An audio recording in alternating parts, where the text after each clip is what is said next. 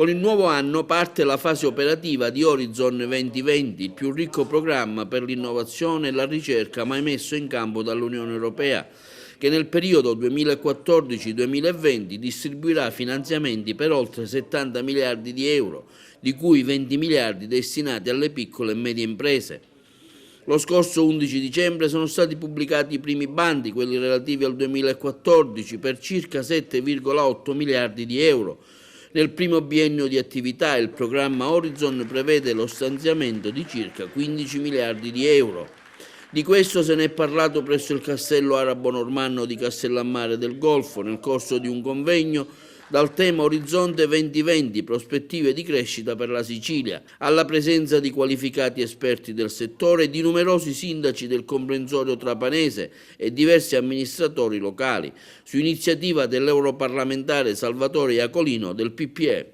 Sono i programmi più importanti di ricerca e di innovazione che riguarderanno enti locali, università, una cooperazione pubblico-privato, sono 70 miliardi di euro, di cui 20 verranno affidati alle piccole e medie imprese, un sostegno concreto allo sviluppo, alla crescita, alla competitività, a patto che vi sia un progetto concreto, che vi sia una cultura progettuale sostenibile e che la stessa possa essere ammessa a finanziamento.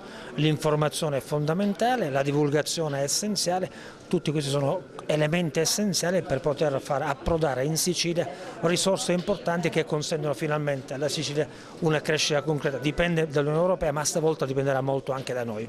Sono tanti campi a cui si riferiscono gli investimenti? Sì, la salute, l'agricoltura, la ricerca e l'innovazione sono moltissimi campi sui quali si può misurare la capacità progettuale anche attraverso un accordo di partenariato pubblico e privato, che è la sfida vera di questi prossimi 7 anni di interventi concreti a favore di quei giovani talenti che vorranno essere valorizzati attraverso una ritrovata capacità progettuale e soprattutto un'attività in team che potrà realizzare traguardi davvero importanti. Oggi se ne parlerà con un qualificato parterre? Sì, ci sono relatori importanti, esperti che lavorano a Bruxelles in neuroprogettazione, è la sfida di questi prossimi 7 anni, 2014-2020. Confidiamo di poter traguardare risultati significativi attraverso anche un concorso responsabile dei tanti enti locali presenti qua. Ci sono sindaci di 7-8 comuni e questa è la misura concreta di una grande condivisione di un progetto che riguarda non soltanto quest'area territoriale della nostra terra di Sicilia, ma l'intera nostra regione. I fondi riguardano 3 principali campi di intervento suddivisi in una dozzina di aree. Al sostegno all'eccellenza scientifica vanno 3 miliardi, al rafforzamento della leadership industriale 1,8 miliardi, alle sfide sociali 2,8 miliardi. Nel pacchetto dell'eccellenza scientifica sono stati inclusi 1,7 miliardi di sovvenzioni del Consiglio della ricerca europeo per scienziati di alto livello e 800 milioni per le borse di studio destinate ai giovani ricercatori. A illustrare tutto ciò la dottoressa Martina Angelini, consulente dei bandi europei. Il nuovo programma della Commissione europea, che si chiama Horizon 2020, ricopre ben 3 vecchi programmi sulla ricerca, lo sviluppo tecnologico e le imprese. Ha un budget finale di 70,2 miliardi di euro che ricopre la programmazione lungo i 7 anni, quindi il periodo 2014-2020, e fondamentalmente ha 3 assi principali, ovvero la scienza, le industrie, la leadership industriale e quelle che vengono chiamate le sfide sociali, che percorreranno in maniera trasversale tutto il programma. Fattivamente cosa deve fare il territorio, un imprenditore, chi vuole accedere a questi bandi? Devo dire che una condicio sine qua non è quella di aprirsi all'Europa, nel senso che bisogna avere un contatto costante con la Commissione europea e fare quella che da noi a Bruxelles viene proprio chiamata lobbying. Poi è chiaro che ci devono essere anche le competenze proprio specifiche, ovvero la conoscenza dell'inglese, la lettura dei bandi e un'attività di partenariato quanto più estesa possibile, perché altrimenti i progetti di fatto non avrebbero chance, visto che la competizione è con 28 paesi. Partenariato cosa vuol dire? Partenariato vuol dire che non può essere normalmente la singola impresa che presenta un progetto, ma deve essere in rete, normalmente con almeno 3 altri paesi europei, ma di fatto il partenariato di solito è molto più ampio. Quindi un'azienda che vuole partecipare a una misura del bando deve trovarsi altri partner. Corretto, sì. In questo senso voi che aiuto potete dare? Ovviamente dipendendo dal settore ci sono delle consulting a Bruxelles che offrono anche il partenariato, ma poi normalmente le aziende stesse, anche in base al loro tipo di prodotto, conoscono il mercato al di fuori dell'Italia. Quindi, E comunque un grande, forte collegamento con il mondo universitario, perché l'obiettivo di Horizon 2020 è quello di collegare la ricerca al mercato. quindi l'iniziativa di questa sera serve proprio ad aprire un po' queste possibilità, a capire come funzionano i meccanismi per cui accedere ai bandi. Sì, quello che faremo stasera sarà fornire un general framework di quello che la Commissione europea offre e finanzia e sulla base di questo cercare di aprire un dialogo diretto appunto con la Commissione e con le attività che vengono fatte a Bruxelles. Poi saranno le aziende stesse a proporsi con le loro idee e di là vediamo se si può, intraprendere un percorso virtuoso. Ci sono dei tempi di scadenza oppure si è liberi come partecipazione? Già si sono avviati? Già l'11 dicembre sono uscite le call, ovvero i veri e propri bandi su Horizon 2020. Ci sono diverse scadenze, per il mondo delle imprese ad esempio ci saranno circa 4 call l'anno, quindi vuol dire progetti molto veloci, possibilità di presentare continuamente delle proposte progettuali, bisogna mettersi a lavorare. 1,8 miliardi del pilastro della leadership industriale andranno a progetti nei campi ICT, nanotecnologie, manifattura avanzata, robotica, biotecnologie e spazio. Per le sfide sociali 2,8 miliardi si spazia dalla salute all'agricoltura, dal marittimo alla bioeconomia, ma anche energia, trasporti, azioni per i cambiamenti climatici, ambiente e sicurezza. Tutto ciò in sinergia anche con l'università, come ci ha spiegato il preside della facoltà di ingegneria di Palermo. Quanto sono importanti iniziative come queste oggi? Queste sono delle iniziative che cercano di informare sulle opportunità che ci sono per le aziende di poter attingere a fondi europei. Oggi sempre di più la sfida dell'innovazione è una delle sfide fondamentali, perché senza l'innovazione l'azienda non è nelle condizioni di poter competere. E allora da questo punto di vista l'azienda deve provare ad investire sull'innovazione e ha bisogno di un supporto da parte anche dell'Europa. E allora giornate come queste che spiegano quali sono gli strumenti a sostegno delle imprese per poter provare a fare innovazione diventano, definirei, strategiche e vitali, proprio perché c'è in gioco la vita, la sopravvivenza delle aziende e anche del nostro sistema economico. Quali sono i campi in cui interviene l'Europa, quindi quanti sono i soldi disponibili? I soldi disponibili sull'8º programma quadro, che poi sarebbe questo Horizon 2020, arrivano a 80 miliardi di euro, ma ovviamente coprono una vastità di settori e vastità di interessi totali. Certamente tutti i settori legati alla produzione, legati al manifatturiero, eccetera, sono tutti quanti fortemente coinvolti in questo tipo di programma e quindi è essenziale che le aziende sappiano che c'è questa possibilità che è, ripeto, strategica per il loro futuro. Spesso è difficile partecipare a questi bandi. E anche se questo è vero, però è anche vero che se non ci si prova non si vince. Se si pensa soltanto che le cose sono difficili e quindi è impossibile provare a partecipare non si vince. E allora magari se si riesce a combinare bene insieme l'impresa da un lato, l'istituto di ricerca, l'università dall'altro lato e d'altra parte anche la consulenza, e quindi coloro i quali sono in grado di aiutare nella preparazione dei progetti, questo poi alla fine realizza una sorta di triangolo virtuoso che può ottenere buoni risultati. Ce lo auguriamo. Quindi si può sperare bene? Sì, io direi di sì, proviamoci e poi bisogna essere sempre ottimisti. L'iniziativa ha destato parecchio interesse anche per la qualità degli interventi che si sono ascoltati. Con il suo intervento lei parlava di un'iniziativa che finalmente sposa il territorio, a differenza di tanti politici che invece non rispondono neanche al telefono. Ecco, come valuta questa iniziativa, Sindaco? In modo estremamente positivo per l'iniziativa in sé, che ha uno scopo di far conoscere le possibilità di sviluppo che il territorio ha attraverso i finanziamenti europei della prossima agenda 2014-2020 e soprattutto perché si innesca il percorso virtuoso territorio-politica che io lo denunzio da tempo, non esiste più con il Parlamento nazionale, soprattutto perché è fatto da persone nominate e non elette. La differenza è sostanziale, non è da poco, perché se non si risponde al territorio, non si fanno proprio le istanze del territorio, il risultato è che si è distanti dal territorio e i sindaci sono isolati. Spesso ci sono tantissimi fondi a disposizione, lo vediamo anche in questo Orizzonte 2020, però magari il territorio non riesce a sfruttarle bene queste risorse, da qui un collegamento maggiore che voi tutti auspicate con l'Europa.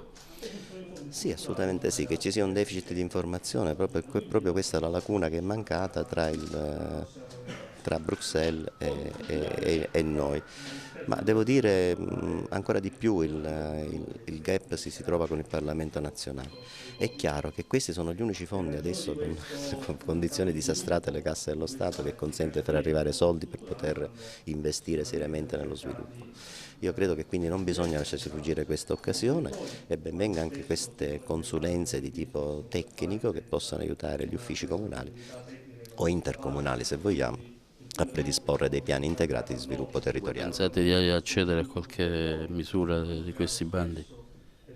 Sì, guardi, noi pensiamo di accedere, noi abbiamo qui importante sviluppo del territorio, noi abbiamo una zona bellissima che è il Golfo di Castellammare, di cui Alcamo è bene o male la capitale amministrativa, il centro più grande, e quindi riteniamo che riuscire a favorire lo sviluppo turistico in questa zona significa creare un indotto che possa portare ricchezza in tutta la zona. Certo non pensiamo certo ad acciaierie o a raffinerie, pensiamo quindi a una valorizzazione piena delle nostre coste, del nostro turismo, delle nostre qualità in termini di agroalimentare, in termini delle nostre campagne, del nostro vino. Pensiamo che questo possa essere al marmo di Custonasci, al parco archeologico di Segesta, insomma, e sicuramente dimenticherò qualche cosa, ma sicuramente una zona che deve attirare molto più turismo di quanto abbia fatto finora. Come valuta questa iniziativa portata avanti qui a Castellammare del Golfo dall'onorevole Colino?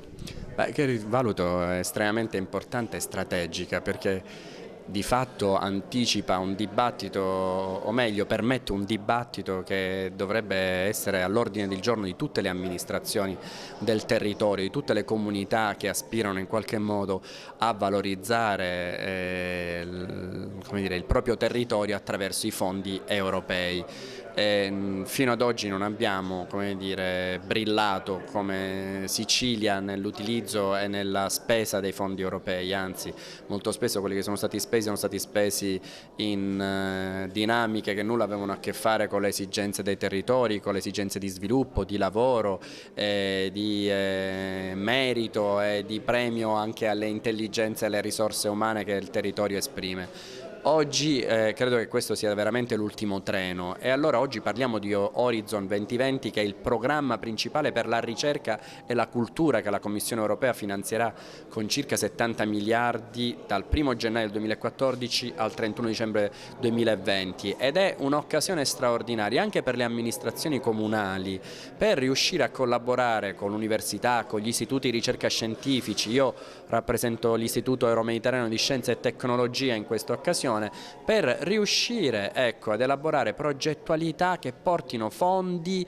per investire nella competitività dei territori, dei sistemi territoriali, nella qualità dei servizi, nello sviluppo delle vocazioni del territorio. Io penso ai fondi per l'agricoltura sostenibile, penso ai fondi per la ricerca nell'ambito della pesca e degli ambienti marini, penso ai servizi alla persona, tutte realtà che possono essere qualificate attraverso una collaborazione proficua tra pubblico e privato, tra amministrazioni del territorio, tra i comuni e l'università, l'accademia, le istituzioni scientifiche, come dicevo prima, come la nostra. Noi ci crediamo molto e da questo punto di vista ci aspettiamo anche molto da tutti quei sindaci illuminati che hanno capito che questa è l'unica strada per portare lavoro e risorse a tutto il territorio e non soltanto ai propri amici e ai propri gruppi di sostegno. Ecco, lei nel suo intervento puntava il dito su quanto sia importante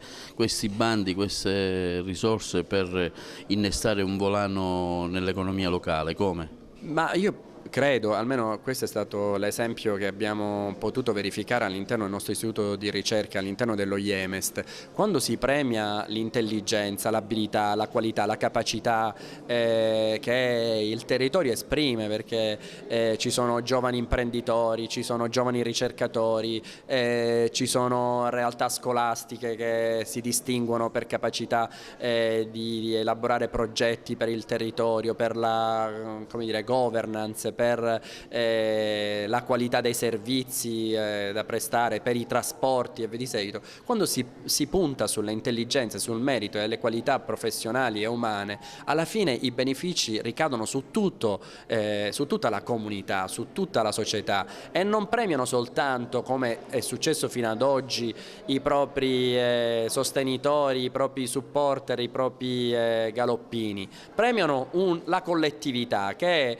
l'unica vera e propria stella polare che dovrebbe ispirare le azioni politiche e amministrative. Purtroppo spesso non accade, però io sono convinto che per una serie di ragioni legate anche alla crisi economica che stiamo vivendo, alla crisi di credibilità della politica, forse oggi è maturo il tempo in cui si ritorni ad una coscienza della rappresentanza democratica che dia valore, ecco, alla collettività, al territorio, alla comunità che merita attenzione e risposte dalla politica. Un'ultima domanda, ecco, spesso c'è una difficoltà da parte degli imprenditori, delle forze locali nel accedere a questi bandi, ecco, spesso diciamo si vede come una cosa un po' difficile. Secondo lei Horizon 2020 potrà in un certo senso colmare questo gap fra territorio e Bruxelles? Questa è una domanda centrale, a volte si sottovaluta, ecco, un problema di formazione e preparazione anche alla progettualità.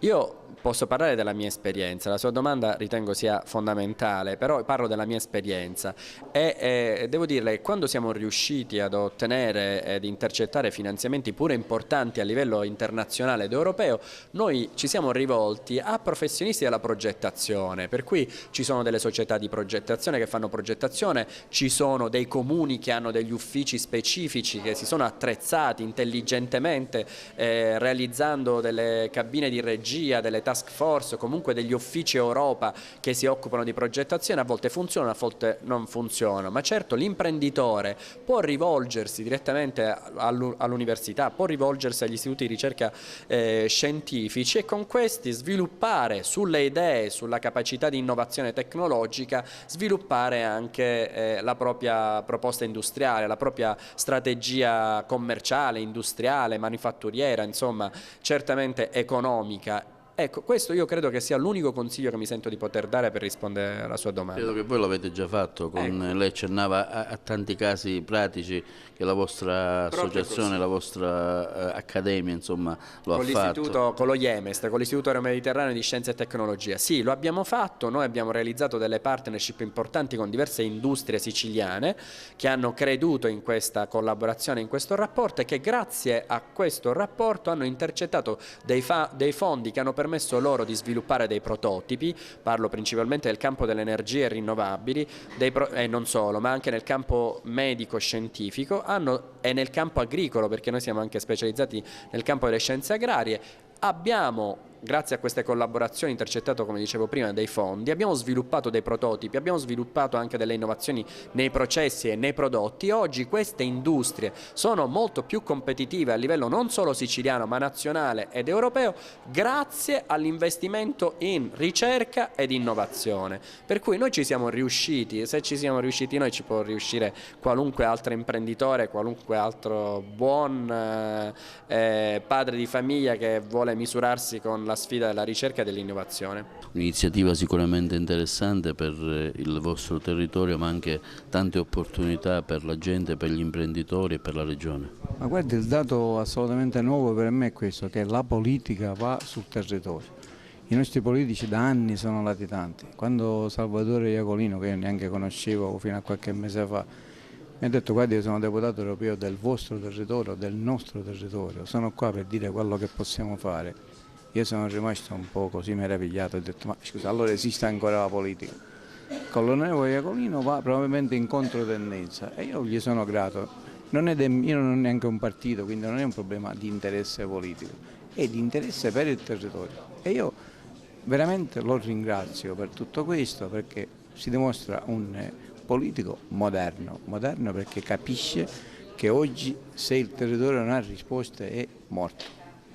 Un sindaco cosa si aspetta da queste misure? Io mi aspetto parecchio, perché noi non siamo più in condizione di acquistare la carta per fare le fotocopie, ma ci sono risorse immense che a livello di Comunità Europea possono arrivare. Io spero che la gente capisca che deve dare fiducia a chi se la merita. Secondo me l'onorevole Iacolino, per quello che sto conoscendo adesso io, è uno che merita fiducia. Ma sicuramente è un'iniziativa molto importante, l'abbiamo organizzata noi del gruppo di Forza Italia in sinergia con il sindaco. E questo spirito di collaborazione fra maggioranza e minoranza per le problematiche importanti noi l'abbiamo messa realmente a frutto. Spesso capita a vedere dei gruppi partitici che soltanto a parole mettono in evidenza come è possibile collaborare sulle tematiche più importanti, mentre noi l'abbiamo dimostrato con i fatti. Orizzonte 2020 è sicuramente uno strumento egregiamente illustrato dall'onorevole Iacolino, dalla dottoressa Martina Angelini, dal professore San Martino, dal preside della facoltà di ingegneria professor Fabrizio Micari, dicevo illustrato egregiamente, è sicuramente un evento che darà la possibilità, grazie al convegno di oggi, di far decollare il nostro territorio. Oggi abbiamo presenti addirittura 11 sindaci appartenenti tutti alla parte settentrionale della provincia di Trapani, anche perché il nostro sindaco vuole portare avanti questo ragionamento di sinergia nel territorio, perché ci si rende conto che ormai un comune piccolo da solo non può andare molto lontano, quindi è importante fare squadra. Pensate in qualche modo di utilizzare queste risorse e come? Ma noi sicuramente siamo molto interessati a questo tipo di risorsa, anche perché noi come territorio siciliano in genere abbiamo lo svantaggio della lontananza fisica dai cosiddetti centri di potere, da mercati importanti come quello tedesco, dalla nostra pianura padana che è la zona ricca, dalle zone emergenti quali Brasile, Cina e India, i mercati oggi molto importanti. Siamo convinti che grazie ai fondi messi a disposizione dall'Unione Europea tramite lo strumento Orizzonte 2020 anche le nostre imprese avranno la possibilità di diminuire questo gap che oggi ci allontana dai mercati che contano, e quindi anche la parte settentrionale della provincia di Trapani, con Castellammare che può avere sicuramente un ruolo centrale, potrà avere il suo futuro grazie a questa struttura oggi egregiamente presentata in questo convegno. Il turismo sicuramente è la carta principale che Castellammare si può giocare, anche dovuto al fatto che vi trovate a pochi chilometri da due aeroporti importanti, quale quello di Punta Raisi e di Trapani. Sì, sicuramente noi avremo la possibilità, un giorno l'economia di Castellammare dovrà avere assolutamente per obbligo la possibilità di mantenersi soltanto grazie agli investimenti nel settore turistico. Oggi questo ancora non avviene, però abbiamo un porto commerciale il cui completamento è in corso d'opera. In questo porto speriamo nel più breve tempo possibile potranno attraccare navi da crociera di media grandezza, quindi avremo la possibilità di trasformare Castellammare grazie al porto. Abbiamo tutta una serie di iniziative portate avanti dalla precedente amministrazione che permetteranno di riqualificare il centro storico. Abbiamo sostenuto l'attività della società Airgest che gestisce l'aeroporto di Trapani Birgi per finanziare l'attività di co-marketing della Ryanair, molto importante per l'intercettazione dei flussi turistici a favore del nostro territorio, e quindi ormai la linea è tracciata. Sicuramente Castellammare nel medio termine avrà la possibilità di vivere grazie alle risorse portate dal turismo. Horizon 2020, che coincide con la nuova programmazione dei fondi comunitari, contribuirà alla crescita, alla creazione di posti di lavoro e a una migliore qualità della vita in tutta l'Europa, in particolar modo nelle regioni meno sviluppate come la Sicilia. La crisi economica, ha sottolineato il parlamentare Iacolino, impone come ogni euro speso sia impiegato per una strategia di crescita di lungo periodo, in grado di far ripartire l'economia. Ai bandi possono partecipare microimprese, piccole e medie imprese, istituti di ricerca, università, enti locali ed enti impegnati in ricerca e innovazione. Peraltro sono incoraggiate forme di partenariato pubblico e privato. Horizon 2020, ha concluso nel suo discorso Iacolino, può rappresentare per i giovani talenti siciliani un'opportunità reale di lavoro e per il tessuto produttivo locale una spinta ad investire su ricerca e innovazione, volano di prosperità sociale ed economica. A me tocca concludere questo piacevolissimo incontro che in qualche misura è stato caratterizzato anche da una pressione del vento che fin qui è stata ben sostenuta e retta da un impianto di protezione e sicurezza che ha garantito la nostra fin qui incolumità, confidiamo sino alla fine. Io parto questo mio intervento, che rassicuro tutti quanti sarà particolarmente breve, ringraziando il sindaco Coppola. Quando abbiamo avuto occasione, lui lo ricordava, di incontrarci per la prima volta, ci siamo intesi subito. È chiaro che un sindaco, e qua ve ne sono altri, ringrazio anche per la sua presenza e amicizia Sebastiano Bonventre, è chiaro che oggi non vi è attività, mestiere, ruolo, responsabilità più complessa, più difficile e devo dire anche più tormentata e sofferta di quella del sindaco.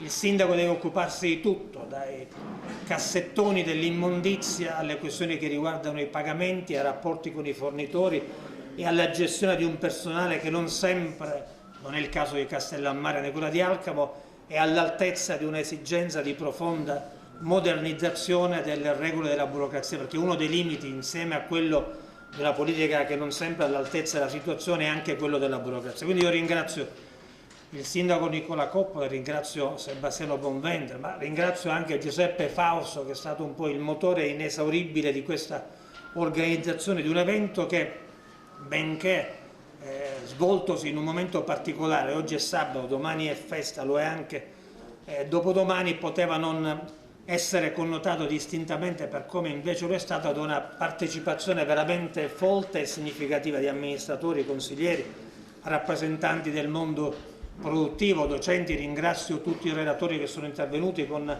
dovizia di dettagli e hanno dato alcune informazioni importanti, perché, caro Nicola, la cosa che non va in Sicilia più di ogni altra è la mancanza di conoscenza, la mancanza di informazione. Quando Bartolo Sammartino giustamente faceva riferimento alla sua esperienza da semplice collaboratore dell'università pubblica, motore anch'esso di sapere, di conoscenza, lo ha fatto perché si è reso conto che bisogna essere protagonisti del proprio futuro e delle proprie prospettive. Noi rispettiamo l'ambiente, che sappiamo essere peraltro, caro Vincenzo Fiuccia, uno degli argomenti dei quali ha parlato con tanta puntualità e con circostanziata capacità di sintesi anche la dottoressa Angelini, che ringraziamo. Lei lavora a Bruxelles, ma mi ha detto più volte che ha un debito di riconoscenza nei confronti della sua terra, che è la terra di Sicilia, quella di Palermo. Noi oggi siamo a Castellammare non per caso, e fanno bene i sindaci oggi presenti a dire che non parliamo di Castellammare o di Alcamo o di altri comuni pure presenti, di Marsala o di Partinico o di altre città pure presenti, San Biagio, Favara, Agrigento e altre ancora, ma parliamo di un'aggregazione più vasta, perché quello che è mancato è la conoscenza, l'informazione, ma anche la cultura progettuale. Oggi non è che abbiamo appreso tutto quello che serve per far parte come protagonista dei programmi Horizon o Cosme sulle piccole e medie imprese, ma forse sappiamo qualcosa in più, non tutto quello che serve, ma sappiamo che certamente ci sono dei punti di riferimento in Sicilia, così come nel resto d'Italia, così come a Bruxelles, che possono orientarci nella definizione dei progetti che poi possono essere ammessi a finanziamento per valorizzare i nostri territori. Caro Sindaco, non tutti i 72 miliardi di euro del programma Horizon 2020 sono per Alcamo o per Castellammare, no. Dobbiamo essere bravi noi a intercettare il numero più consistente di queste risorse. Il professore Micali, preside, adesso ci sono i dipartimenti, no, dal 1° gennaio 2014, ha dato prova già nel passato di grande cultura progettuale. Loro hanno già partecipato a una serie di progetti, vincendo una serie di call, comunque essendo premiati dall'Unione Europea. Sanno bene però, e lo ha detto Martina poco fa, che per arrivare fino in fondo non bastano 3 Stati membri, non bastano 4, dobbiamo essere in tanti. Il lavoro in team significa che bisogna essere davvero in tanti, sono 28 gli Stati membri. Ecco, più Stati membri partecipano a questa è una capacità di aggregazione e partenariato che dipende molto anche da noi, e più sono le chance di vincere. Oggi siamo qua per comprendere qual è l'idea di sviluppo della Sicilia. Qual è l'idea di sviluppo? Il Presidente Confindustria annuisce, ma nel contempo nel suo intimo fa alcune osservazioni. Oggi abbiamo un governo regionale, qua non bisogna essere né di destra né di sinistra, scusatemi sindaci eletti con maggioranze che non rispecchiano complessivamente il mio sentire, ma invece poi noi ci troviamo su tutto il resto.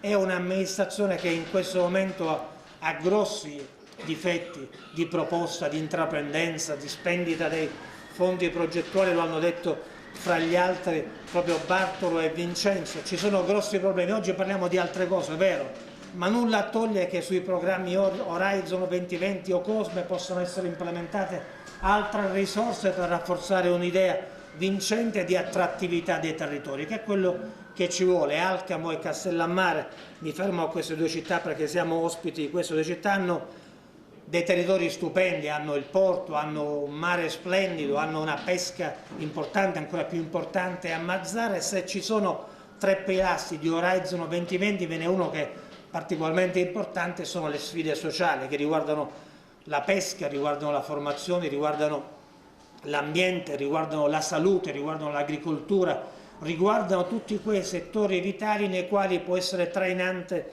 il clima in Sicilia e nel Meridione, può essere trainante la capacità imprenditoriale. Giuseppe Fausto, che ha a che fare con i piccoli e medi imprenditori, perché è di questo che si occupa, oltre che far bene il consigliere comunale, ma qua ci sono moltissimi consiglieri comunali, ex consiglieri provinciali, amministratori provinciali e comunali, ci sono tante persone che sanno cosa significa lavorare sulla macchina pubblica, sanno bene che di questi 3 pilastri è chiaro che se non vi è una intraprendenza sana, un'iniziativa libera, forte, certamente il traguardo non sarà quello ambizioso che vorremmo realizzare sull'energia, sull'ambiente, sulla sicurezza, così come sull'agricoltura. Allora bisogna esaltare la cultura progettuale, ed è bello vedere come lo IEMES lavori intensamente con l'università. Io ho conosciuto il Prese già in altre circostanze nel 2011, quando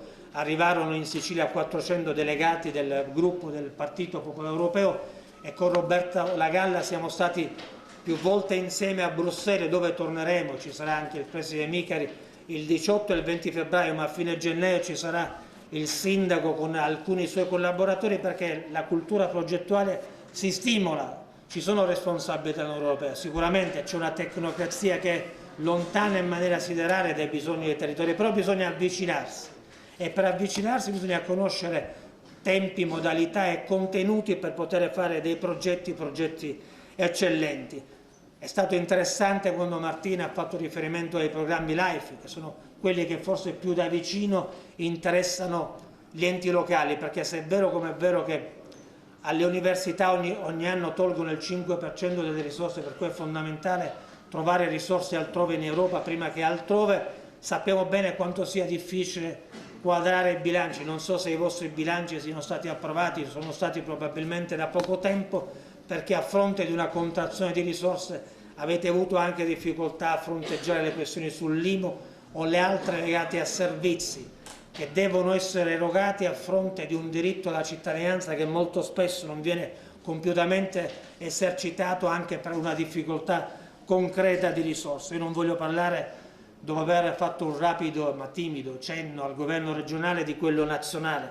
Anche lì probabilmente, a parte una promiscuità nella formazione di quel governo, vi è veramente un governo approssimativo e posticcio, che oggi discute delle questioni delle unioni civili, che pure sono importantissime, quando invece vi sono da individuare le leve di governo importanti per ripartire con quella crescita e quella sostenibilità economica di cui parliamo.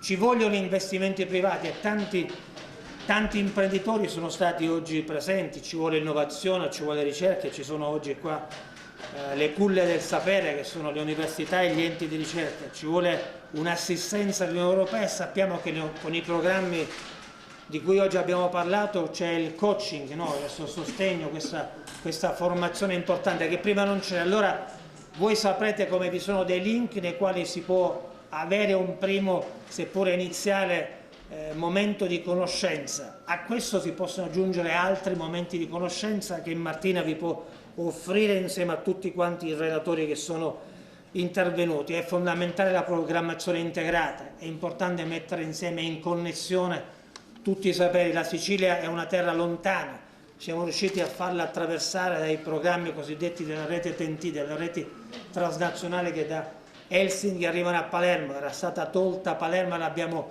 recuperata. Abbiamo bisogno di credere in un progetto nel quale l'economia lecita vada avanti, dove la cultura di contrasto alla mafia sia vera, autentica, non basta una cultura dell'antimafia urlata dove poi non c'è una proposta reale di sviluppo delle comunità.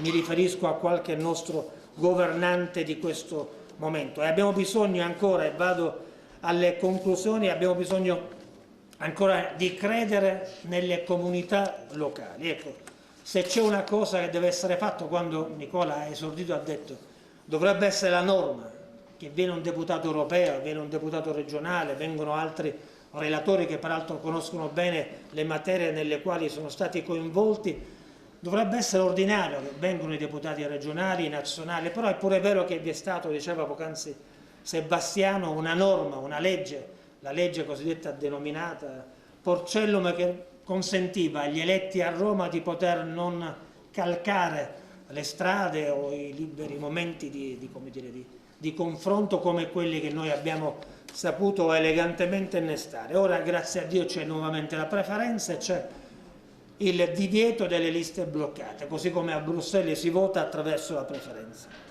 Abbiamo bisogno di un efficientamento della burocrazia. Mi dicevi che qua c'erano i componenti del collegio sindacale, che ci sono i dirigenti. È chiaro che c'è bisogno di un dirigente che sappia utilizzare al meglio gli strumenti che sono messi a disposizione della pubblica amministrazione, perché la burocrazia spesso è lenta e pasticciona, ma ci sono anche burocrati eccellenti e sono convinto che i vostri comuni ne siano veramente dotati. Abbiamo bisogno di dialogare le università fra loro, con gli enti locali, con gli imprenditori, il Parlamento siciliano con quello europeo e con quello nazionale.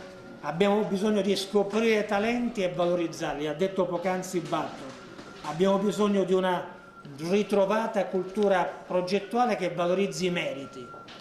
Io ho fatto altre cose nella vita e faccio con piacere il parlamentare europeo. Grazie a Dio sono collocato in aspettativa con un buon congruo stipendio nel caso in cui dovessi tornare, spero il più lontano possibile, a fare il capo dipartimento, perché anch'io sono il capo dipartimento di un'azienda. Abbiamo bisogno di vincere questa sfida, oltre che una sfida sociale, anche una sfida culturale. Ecco, i sindaci che sono stati oggi dalle 5 alle 7:35 sono stati qua e hanno ascoltato tutti gli interventi, segno di rispetto nei confronti degli intervenuti. Io mi scuso con Martina se qualche brano del suo intervento non l'ho potuto ascoltare per come lei meritava, ma noi possiamo e ci rivedremo certamente a Bruxelles. Lei riparte mi pare dopodomani, io ripartirò il 7. Oggi abbiamo messo un piccolo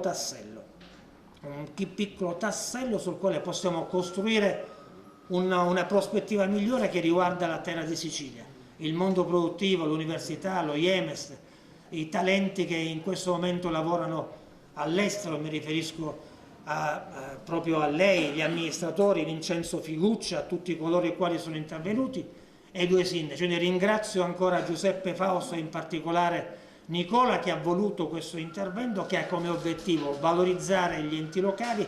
In un momento in cui i vincoli finanziari sono importanti occorre guardare altrove. Io venerdì prossimo sarò nuovamente da Falgares, che è il capo dipartimento della programmazione, con alcuni sindaci. Anche i sindaci oggi presenti sono invitati a esserci, perché l'attrattività dei territori passa sia attraverso l'utilizzo pieno e integrale delle risorse fornite dal piano e dal programma Horizon 2020, sia da quello di COSME, ma anche da un utilizzo pieno dei fondi strutturali. Noi siamo regioni meno sviluppate, è un problema. Prima ci chiamavamo obiettivo 1, poi obiettivo convergenza, poi meno sviluppate. Un problema è sempre lo stesso, che siamo in difficoltà, siamo in ritardo, c'è un deficit che dobbiamo colmare. Amministratori come quelli che oggi sono stati qua insieme a noi sono invece l'opportunità che ha la Sicilia per migliorarsi, per fare performance migliore, per riavvicinarci a un'Europa che nella prospettiva 2020 ha bisogno di utilizzare